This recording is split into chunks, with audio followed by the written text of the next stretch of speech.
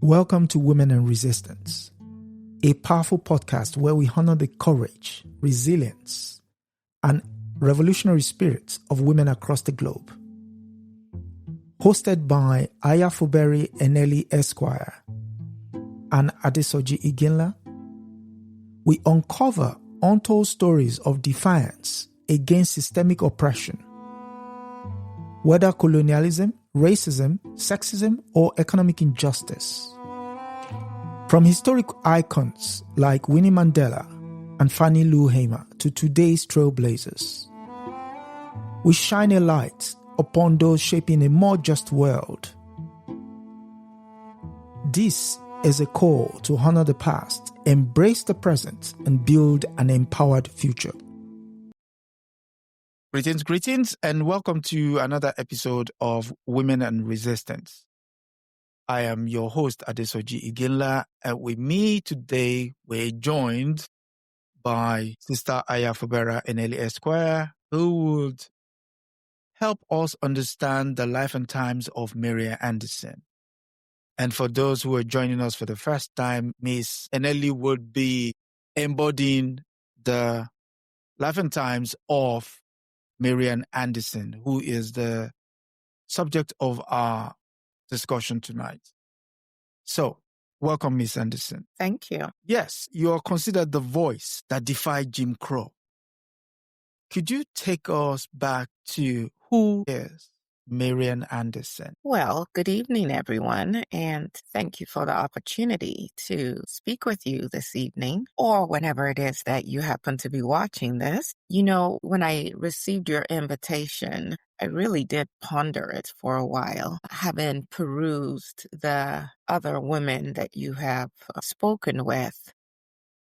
I wasn't so certain that I should be counted in their company as Humility.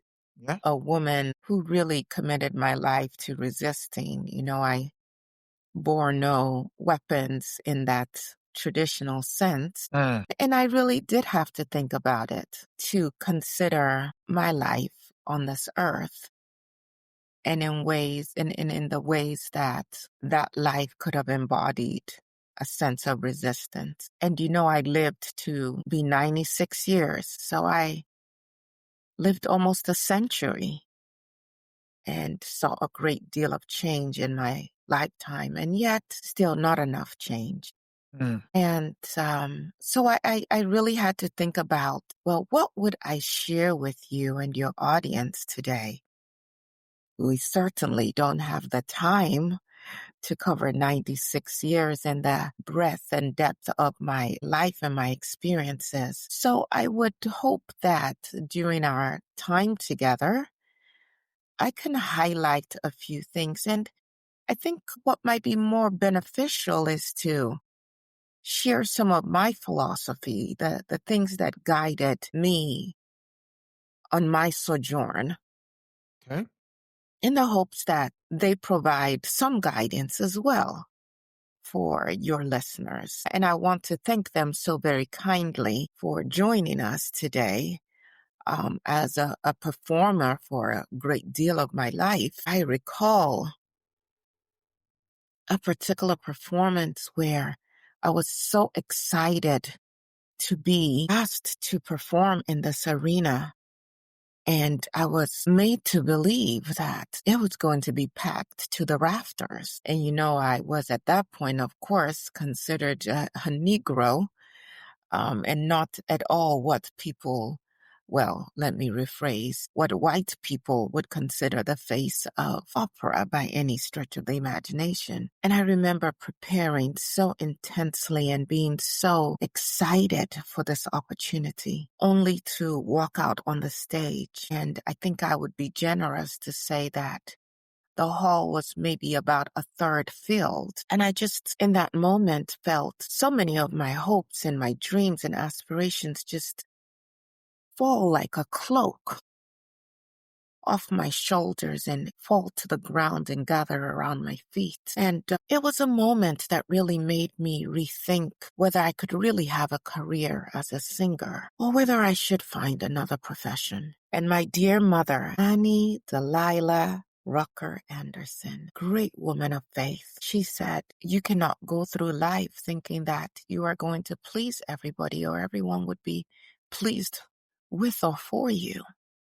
You cannot let that be the thing that defines your life. But let me go back, I suppose. Beginning. For I did not just suddenly appear on the landscape of the world. I was birthed into this, like all of us are. And I must call on the name of my dear, dear father, my papa, John Berkeley Anderson. He was born in Virginia, a really handsome man to look at. Very, very tall. I remember on one occasion, as he was getting dressed and my mother was helping him with his tie. And I recall him saying, well, Annie, you may need to stand on the newspapers so that she could be tall enough to reach to assist him because my mother was rather small, short in stature. But my father was a man who worked at whatever job he could find as a black man. Jobs were hard to come by for people of the Negro race. And he was a loader at the Reading Terminal Market, but he would also sell coal and sell ice to support our family. He and my mother married, and they had us three girls, myself and my two younger sisters. And they eventually moved to Philadelphia, which has a long and storied history in terms of the Negro people in the United States of America. And, you know, you had freed African Americans, as we are called now, who were educated and had great sources of income. And unfortunately, you also had the masses of us who were struggling to make ends meet.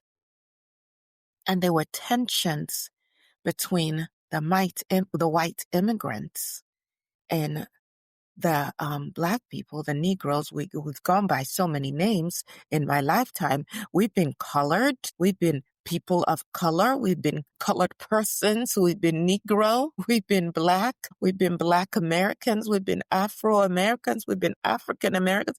I've seen every iteration. I suppose that in my earlier years, we even just called ourselves Africans in some places. But that would be another conversation for another time to talk about evolution, if you will. And the question, what's in a name, you might ask. I was born in February 27, 1887 in South Philadelphia, in 1897. Of course, 1897 in South Philadelphia. Ours was a close-knit community of Black families and churches. Oh my goodness, the churches were the center of everything of Negro life at that time. We had our socials at the churches. We had our dinners at the churches. Of course, we had church at the churches. Sundays were definitely set aside for all day you were in the church. You went in the morning and we had a little break and we were back in the evening. And it was not a wealthy world, but it was rich. It was, my world was rich in gospel and rich in community and rich in traditions and rich in the sense that we belonged to each other. And so when I began to sing as a little girl in the church, first, just my mother having me in the children's choir and my Aunt Mary, who had such a profound impact on my life, began taking me to her choir rehearsals. And, they started to call me baby contralto. And I recall a time when I was on my way home and I saw this leaflet and I picked it up and lo and behold, there was a picture of me and my name. It was the first time I had seen my picture and my name, and it was an invitation for the community to come and hear baby contralto sing. And they had me listed as 10 years old, but I was actually just 8. And, my father, he was, he worked in the church as well, and he was an officer in the church. And one of my fondest memories was hearing my father just, hum as he went about his day. He had just this deep, beautiful voice, and he would hum. He didn't sing in the choir. That was Aunt Mary who did. But I suppose that I came about my ability to sing quite honestly. And my sisters' names were Elise and Ethel, and we had a great faith, and my father, my mother raised us with this sense of dignity. My mother had gotten her certificate to teach when they still lived in Virginia, but in Philadelphia, she could not teach because Philadelphia would not recognize the teaching certificate of a Negro woman. And so my mother cleaned homes as a way to also assist with the family. But while those early years certainly provided a great deal of stability for me, that was soon to be shattered as my father met a quite unfortunate death when I was just 12 years old. He was out working and he was hit in the head by some object.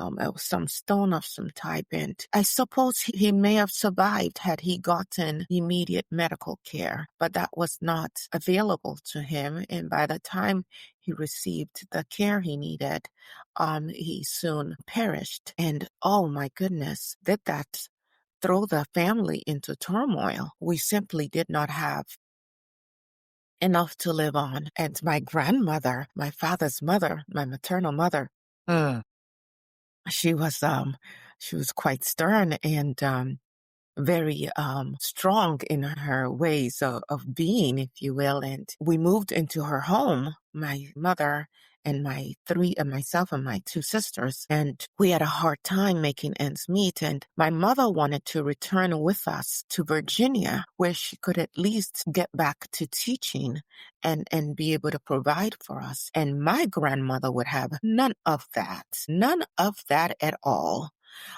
And she insisted that my mother go to work as a domestic and do whatever it took to assist with the family.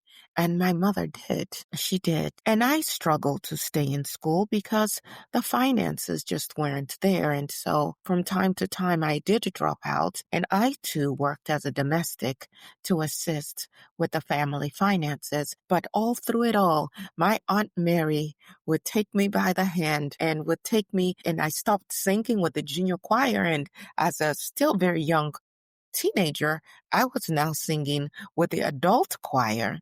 But she just really believed in my talent, and so did every member of my family. And so I was always encouraged to continue to sing. I was recognized as having a quite extraordinary voice, and I was very grateful for the support that I had at that time. I sang not just because I loved to sing, but something in me needed to sing. And I would sing all over the world for many decades of my life. I got the opportunity. I was invited to sing in Boston.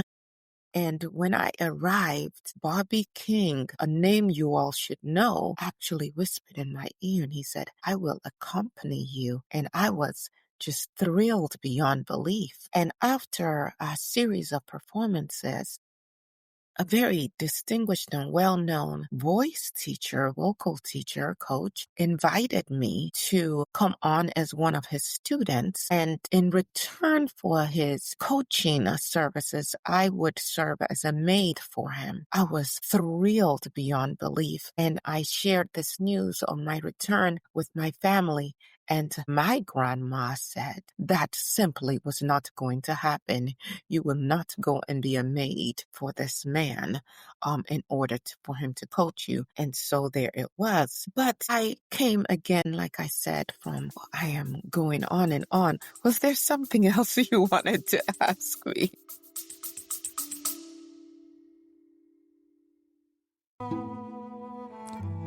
You are listening to Women and Resistance with Aya Fubara Eneli Esq and Adesoji Iginla, where we honor the voices of women who have shaped history through courage and defiance. If you're finding these stories inspiring, take a moment to subscribe, share, and support this platform. Together, we amplify the voices that deserve to be heard. Now, back to the conversation.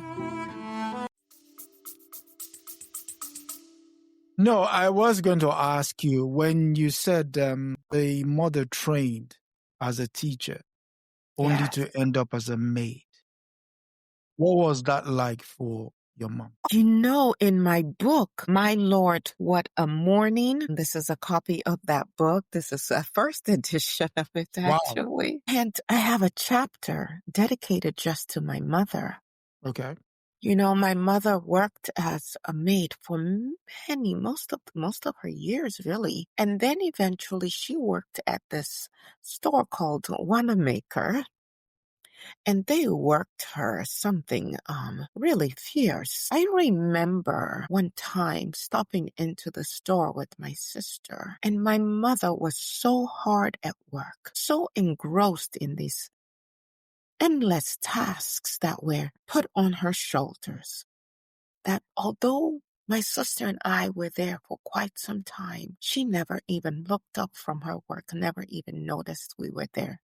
It was one of my greatest joys in life. At a time when my mother was ill and I had called a doctor to check on her, and I said, Mom, mother, you simply cannot go in. And as I contemplated it, I said, she simply does not have to go back in. And it was with quite some glee that I picked up the phone and called the supervisor at Wanamaker, and I said, Mrs. Annie Anderson will not be coming back to work. Because I was now at a place where I earned enough that I could help my mother, assist my mother. And that I did with so much joy at the opportunity that I had to finally give something back. But I tell you something that was the thrill of my life. And I realize for your audience, I might be jumping around, but forgive an old woman. There's so much of my life and I cannot possibly condense it into this time frame. So follow along as you can. And of course, I left my biography. There are so many documentaries about me and other books that have been written. So don't let this time that we spend together be your only time that you spend with me. I always adored audiences, and I definitely adore you being here too. And so I was in Europe. I'd been in Europe for quite some time because, and I will share a little bit about that. Performing in the United States of America presented quite a few challenges for those of us considered Negro at the time. And I asked my mother, is there anything that you desire that you have not yet had an opportunity to do? And my mother was a reader. And we had a discussion about her coming to visit me in Europe. But she was much more advanced in age at the time. And so I reached out to Bobby King, who had accompanied me for many years as I performed in the United States. And I reached out to him and I said, would you be so kind? Haven't had him as a companion when I traveled in the United States because it would have been something fearsome for a young woman, a young Negro woman, to travel to the places where I performed in those days. So he was my companion and, of course, accompanied me on piano as well, much to the chagrin of a man that I will talk to you more about, the love of my life, Orpheus. And Bobby, I knew was, had some interest in me, but I was committed to Orpheus. And, Orpheus would write and he would say, I hope he is conducting himself properly. I hope that he is only serving in the role of my travel companion and my accompanist doing my performances. And indeed he was. But he did desire something more, but that was not to be. But I reached out to Bobby King and I asked if he would accompany my mother to Europe. And I said, of course, I would cover all of your expenses. And it would just be you just assisting her and making sure that she got here safely and returned safely. And I am eternally grateful that he said yes, because what a wonderful experience it was to meet my mother as she arrived in Europe. And I was able to take her to the Louvre, and she was seeing things that she had only studied in books and never knew that she would experience herself. So back to the question you asked me, it seems like so long ago. What was it like to see my mother serve as a maid? A role that I played as well from time to time. You know that I did not graduate from high school till I was 24 years old, because I frequently had to drop out of school to help out with the family finances. But at any rate, it hurt my heart. You know, traveling with Bobby across the expanse of the United States, there were times when I was terrified. I just knew we were going to be accosted by those just gruesome, those fearsome night riders. It never happened, but I did live in fear. And when we would be forced to go on the Jim Crow coaches, I would observe my fellow Black people, and I would recognize that some were simply resigned to our fate, as it were. Some were deeply embarrassed and ashamed to constantly be, have our dignity questioned, and the attempts to strip us of any sense of our humanity. And so it ran the gamut, but you could not escape at that time Jim Crow or the ways that it restricted and impacted our lives. And so seeing my mother in that, um, in that station of life was certainly worrisome. You know, prejudice was this thing that it's like, have you ever had a string of hair that is in your face and you're trying to flip it away, and sometimes you can't quite touch it, but you can feel it, and it's getting in your eye. And prejudice and racism in America was just this ever-present thing. And so I wanted better for her. She wanted better for herself, but we lived in our times. But it wasn't just my mother. It was me. I was shut out from many places that I could have performed. And there were places where they would want me to go in only through the kitchen, through the colored section. There were many times when I would perform the exact same songs first for an all-white audience, and then the same performance, but now for an all-Black audience, all in the same day. Wow. But going back to my childhood, because it's important to center community, I must speak of the Union Baptist Church on Fitzwater Street, because that was one of my earliest sanctuaries. It was at this church that I first discovered the power of congregational music, the role of voice in lifting and liberating oppressed people and communities, and the expectation that I always hoped to embody, that excellence in and of itself is a form of service. It was ingrained in us that regardless of the unfortunate circumstances that may be forced on us in Jim Crow America, we must always present ourselves in excellence with a sense of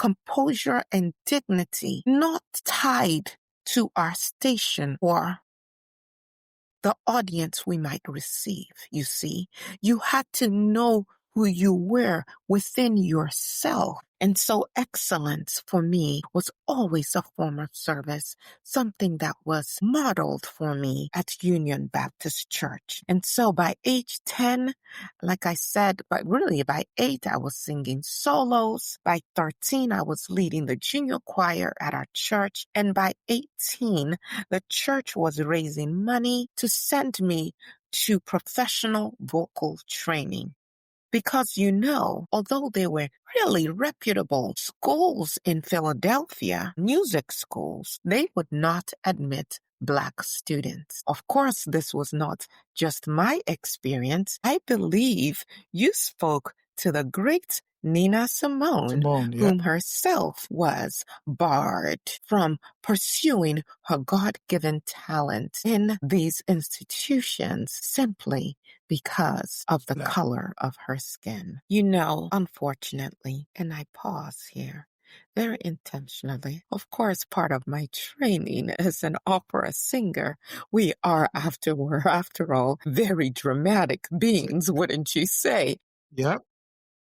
But I paused just then, the remembrance of the rejection that seemed to be the lot of Negro people, Black people, Afro-Americans, colored people, whatever we called ourselves. Rejection was a recurring theme. Rejection from the nation that we had built and sought to exercise our full citizenship in. But I tell you where we did not reject ourselves, at least back then, not within our communities. For you understand, my church and many other churches would take up collections simply to ensure, as they would say, that our Marian got the training she needed. I belonged to the community, and the community belonged to me. Do we still cultivate those kind of deep ties? That sense of do we today, young man? There are elements of it, but it's somewhat lacking in the general sense of it. But I would love to hear from your audience. Do we? Do you feel that sense of we belong to each other? I was much older, much more advanced in age when I heard this proverb. They said, Ubuntu. Yeah, because of you. Yes, I am because we are, and because we are, I am. And we, whether we had that straight line connection to our African philosophies, nonetheless lived them, wouldn't you say? We did. So yes, rejection was a recurring theme from the outside world. We accept and embraced and supported ourselves within our own world. And let me tell you, that would become the basis of our resistance. Yes. And so in terms of my education, I attended the Stanton Grammar School. I attended the South Philadelphia High School for Girls. And I later had a wonderful and really life-changing opportunity to study privately with Giuseppe Borghetti, who helped train my voice, and Agnes Rife Snyder, both who were prominent voice teachers of their time. Again, I attempted to enter the Philadelphia Music Academy, and I was denied solely because I was Black. It would not be the first nor the last time, but that is not what defines who I am and my legacy. Never stopped showing up in spaces that did not want me, and eventually would be one who broke the barrier for many others, even as there were others who came before me and opened doors for me as well. In fact, the first time I performed for the NAACP, it was because of a door opened for me by another great, in fact, I would say he was the leading opera Black singer at the time, who sang in German, no less. By the late 19th, I was performing at community events, benefits, and small recitals. But my breakthrough occurred at 28 in 1925, when, under the training of Giuseppe Borghetti, I won a contest sponsored by the New York Philharmonic. Out of hundreds of applicants, my contralto voice, deep as they would describe it, velvety, and I certainly agree with that, solemn and resonant. Took me right to the top. This led to my debut with the Philharmonic at the Louis Stadium, and of course, again, battling the reception from some. But the critics did rave, and the audiences who came to hear this Black young woman were certainly stunned. But that does not mean that the doors were flung open to me by any stretch of the imagination. The white, the wealthy, the elitist, they continued to gatekeep. It was clear that America was not for me. There are a series of events that took place, if I could share this with you and your audience, that almost led to me not being the woman that you know of and the woman that you have invited to speak with you. It was the year 1924, right before this breakthrough that I had told you about. And my dear Aunt Mary went to be with the Lord. She had been such a staunch supporter of me, accompanying me, ensuring that no harm came to me. And when she passed on, it was a very great blow to my spirit. It was also around this time that I had that very humiliating experience of singing to an almost empty hall. And there was yet another one. And for those of you who've ever been in love, you might particularly know what this feels like. I had met a young man when I was just 18 years old, and he was 15. He was so light-skinned he could have passed for white. I was performing at their home, and I recall about to walk in, and here was this tall, very good-looking young man, and he put his arm across the doorway, preventing my entrance. Young man. And we did strike up a conversation. And when I finally was allowed to get into the room, I saw yet another young man, not quite as tall in stature, but clearly sharing features with the first one I had met. And from time to time, this younger man would come, well, not younger, but this other man would come and visit me. And at one time, the two brothers, we were in each other's company, and the taller one brushed my shoulder with his hand and surreptitiously, yeah, he gave me a note, which I read later, and he said, "This thing with my brother and you must end." That began our courtship over many years, and he did ask for my hand in marriage. He asked for us to elope. And at this time I had started, okay.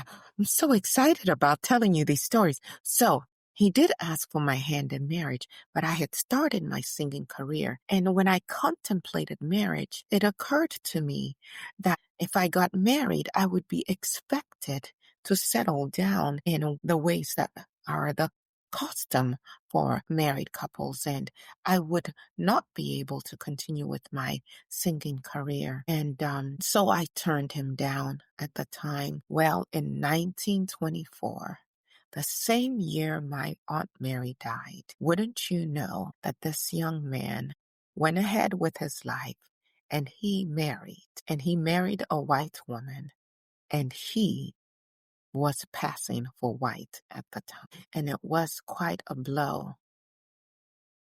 And I share this because there may be some of you who experience such a down time in your lives that if you let it consume you, it may take you off of what could have been the trajectory of your life. It can take you off from answering your calling. And it took me a while to get back that feeling of, I want to sing. But the very next year, 1925, was when I had that breakthrough, when I won that contest by the New York Philharmonic. So you must persevere. You must persevere even when it looks so dark and gloomy and all seems to be lost. And so, as my career continued, it became clear that United States of America was not going to be the place, and Europe beckoned. And so I traveled to Europe in the early 80s, and I must tell you that it was in Europe that my artistry fully blossomed. Have any of you or your listeners ever been to Europe? Have you ever been able to contrast it with the experience of Negro life in the United States of America? I would be curious to know. I mean, that would also lead to the question that why is it that Black artists from the United States have to move to Europe in order to enhance their careers? I can think of James Baldwin. Yes. Nina Simone, Josephine Baker, Paul Robeson. The list goes on, absolutely. Well, I think that we can lay it squarely at the feet of Jim and Jane Crow. But to go a little further, lay it at the feet of a very deep-rooted fear that it appears white America has that causes them to do everything within their power to limit opportunities for people of the Negro race to be fully themselves. Perhaps a fear that if there were not the barriers, we may prove not just to be more because we did that all the time and we did not do it to prove anything to them. As I said, we were an excellent people. We are an excellent people, but that it might prove to them that we are not what they say. And furthermore, may reveal that they are not all they say they are. But in Europe, I studied languages, Italian and French and German, and I expanded my repertoire.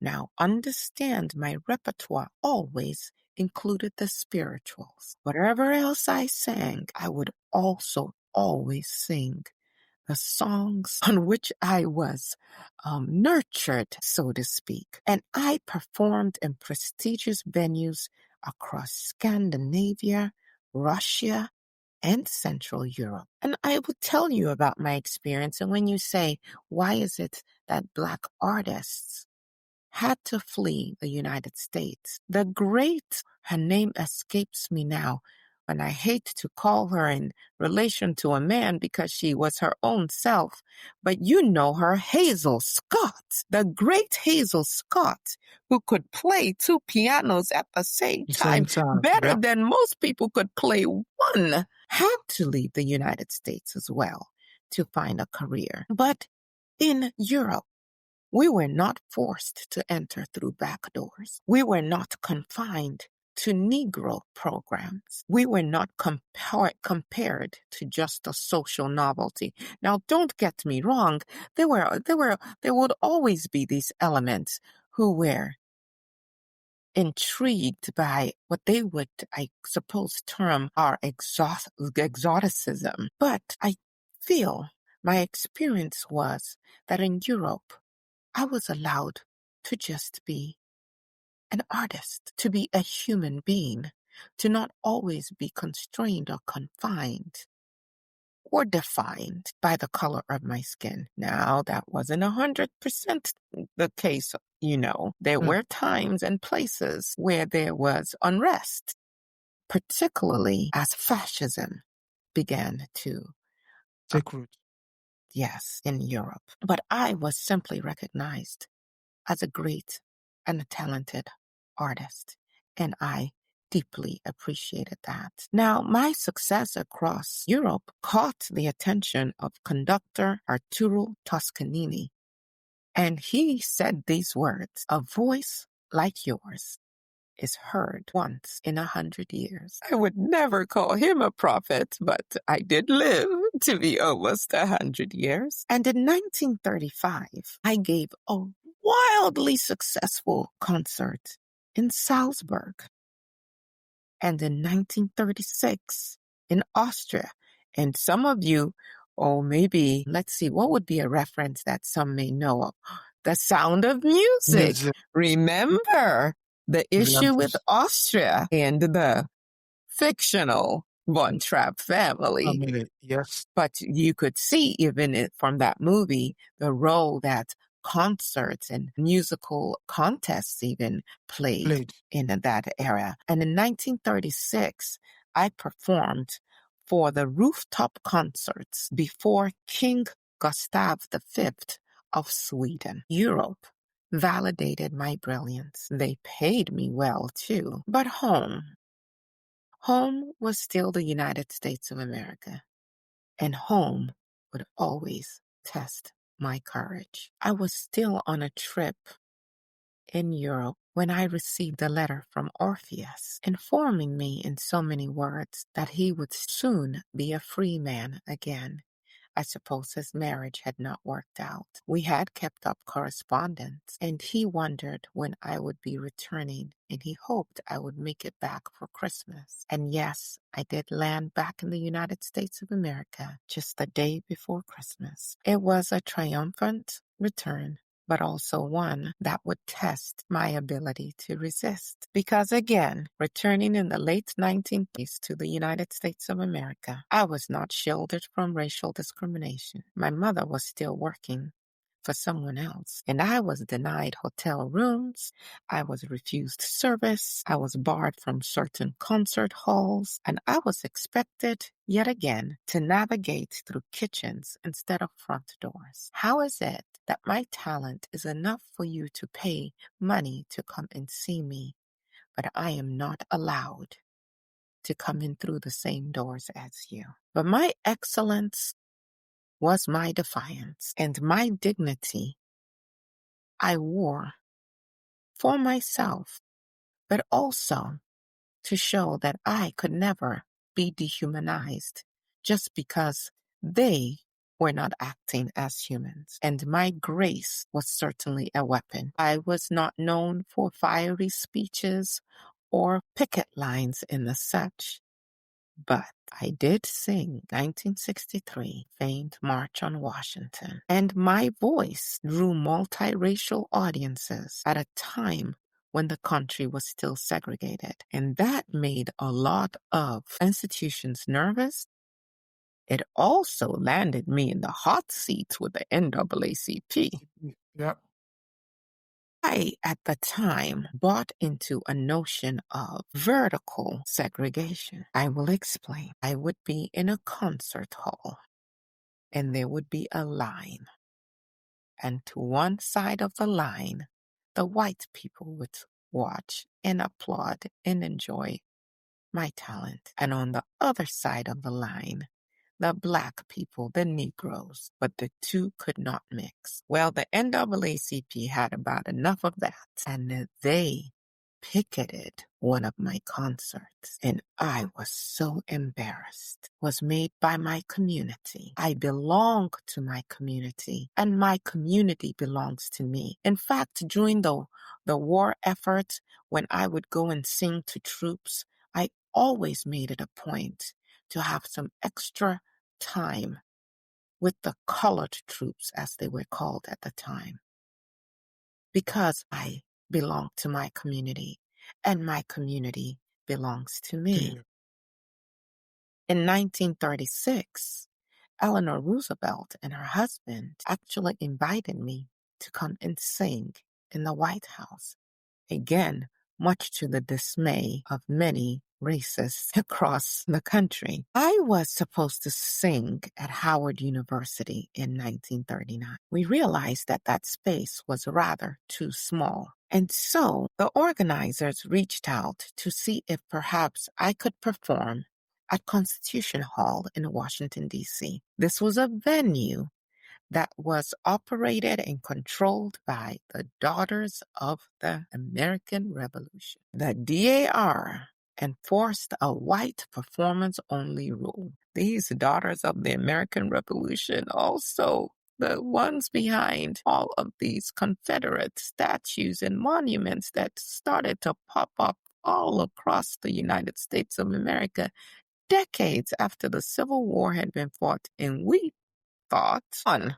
So, of course, they denied me performing at Constitutional Hall. After all of these years and all of the fame and all of the audiences, kings and queens I had performed for.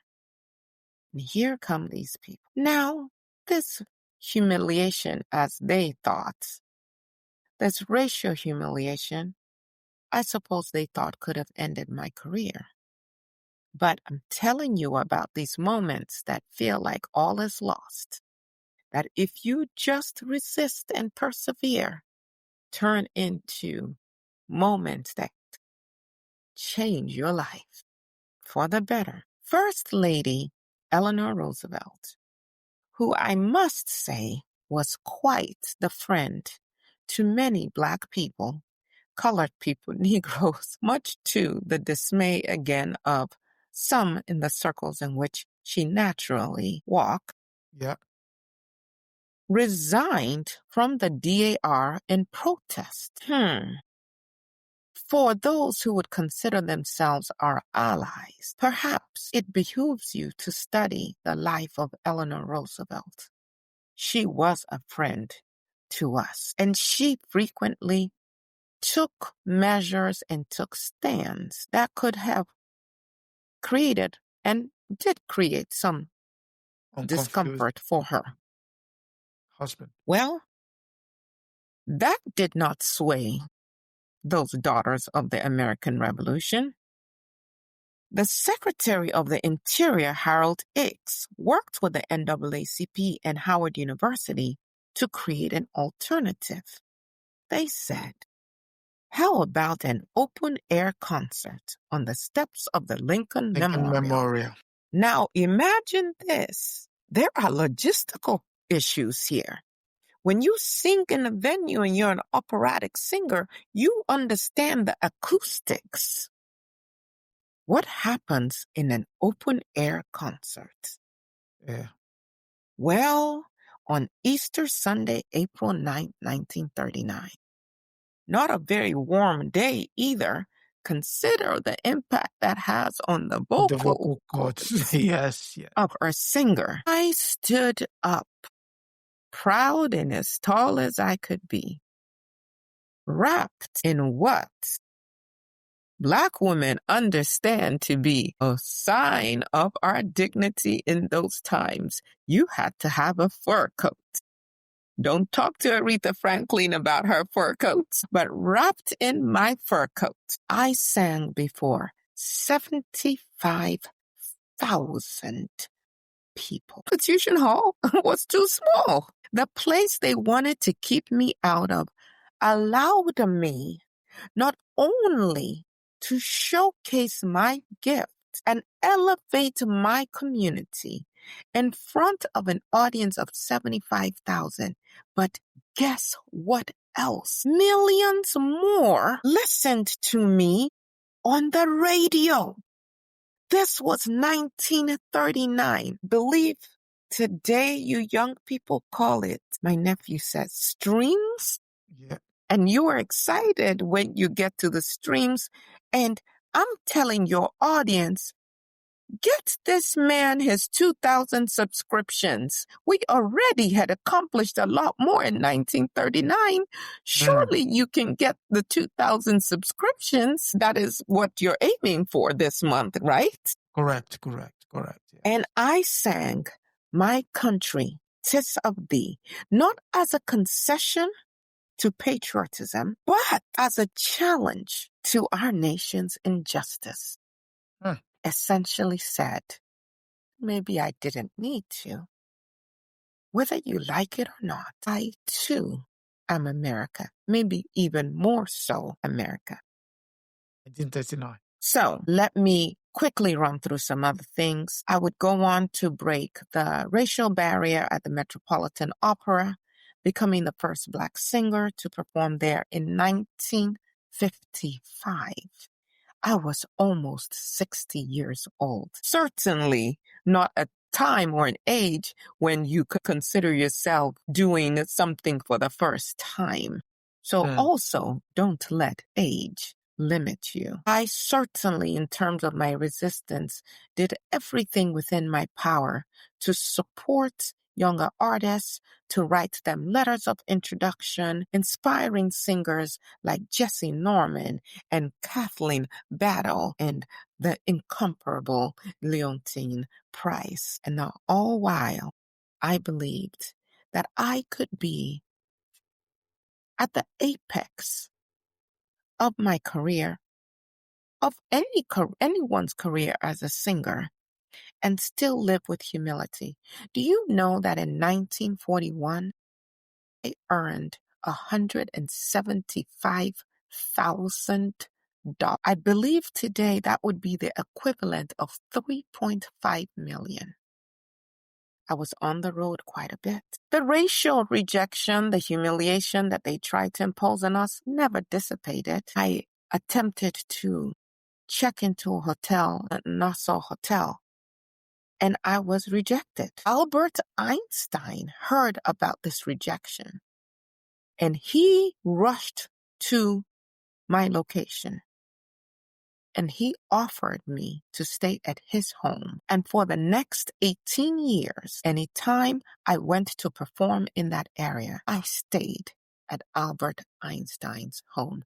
I bet you did not know that about him. I should tell you, going back to the great love of my life, Orpheus Kingfisher, in 1943, when I was at the ripe old age or young age of 46, I married Orpheus Kingfisher, my childhood friend, who was now an architect and a builder. We had no biological children together, but we lived together until he passed away in 1986. We had 43 wonderful years together. Orpheus built me my sanctuary. We found this beautiful land in Connecticut, and Orpheus, who I told you could pass and had passed at one point for white, was the one who went to purchase the property, even though a large amount of my resources were really what was going to help fund the purchase of the property.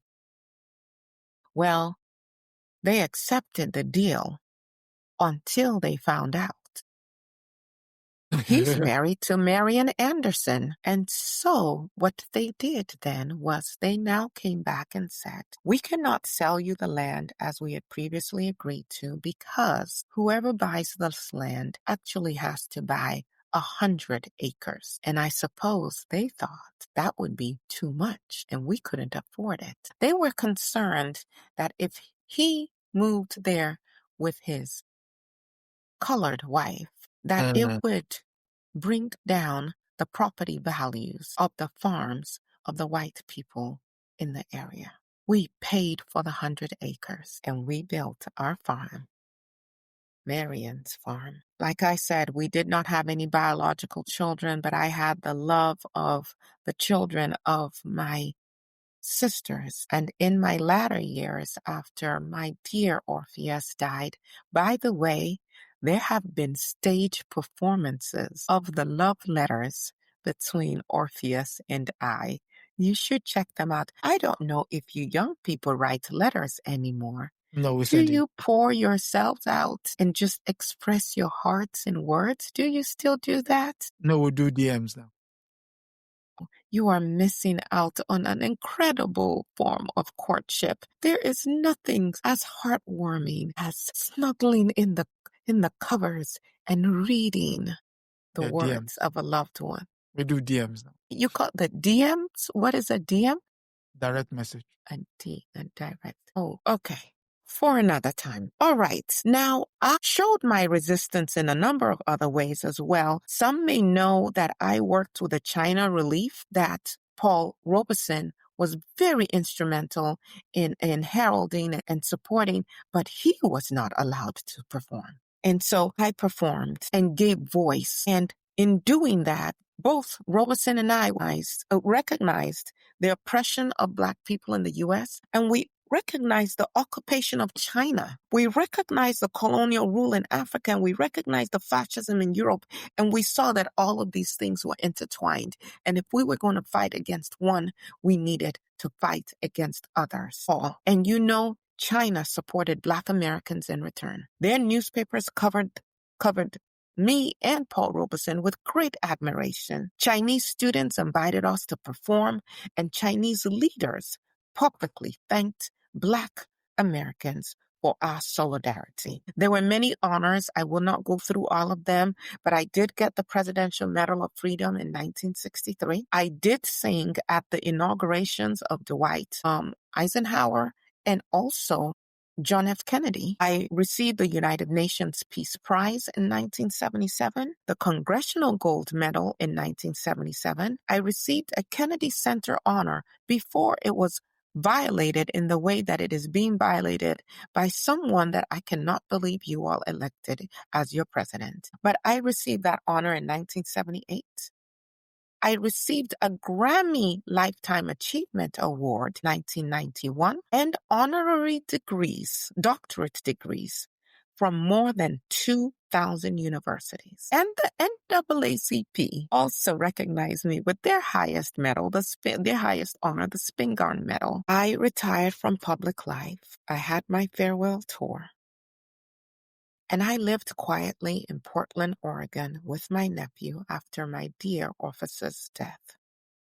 I enjoyed my garden. I kept up with young musicians, and I attended occasional events in my honor. But I did not need the ongoing pomp and pageantry. I had had a lifetime of that. And I died on April 8th, 1993. At the age of 96. I told you that I would share just very briefly, just a couple of words on some of my philosophies. I suppose I should read from my book. This was something that I learned from my mother. I suppose, this is what I wrote, I suppose you can always find manifestations if you are a believer. And if you don't believe, you can find reasons to prove that the believer is wrong. But you can only travel the spiritual way you believe to be best for you, regardless of whether it is good for anyone else. Mother's faith has lighted the way for us in all the days of our lives, even the hardest we have gone through. Her day-to-day living and the way she accepted and greeted life and its meaning were the forces that guided us. Mother feels especially blessed that the family holds closely together, and that it does so because it wants to. As I speak to you this month of December, this month where so many religious groups celebrate their holidays, their holy days, I would say, hold your family close because you want to.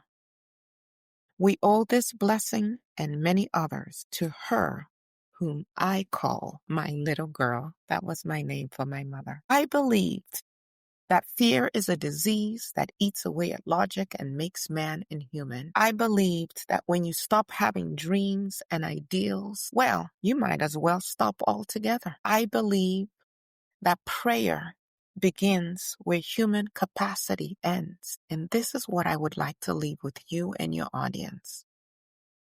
That everyone has a gift for something. Every single woman you have been in conversation with took their gift, as varied as those gifts have been, and they did something with it. Even if your gift is just being the gift of being a good friend, use your gift, because that in and of itself is an act of resistance. Thank you for having me.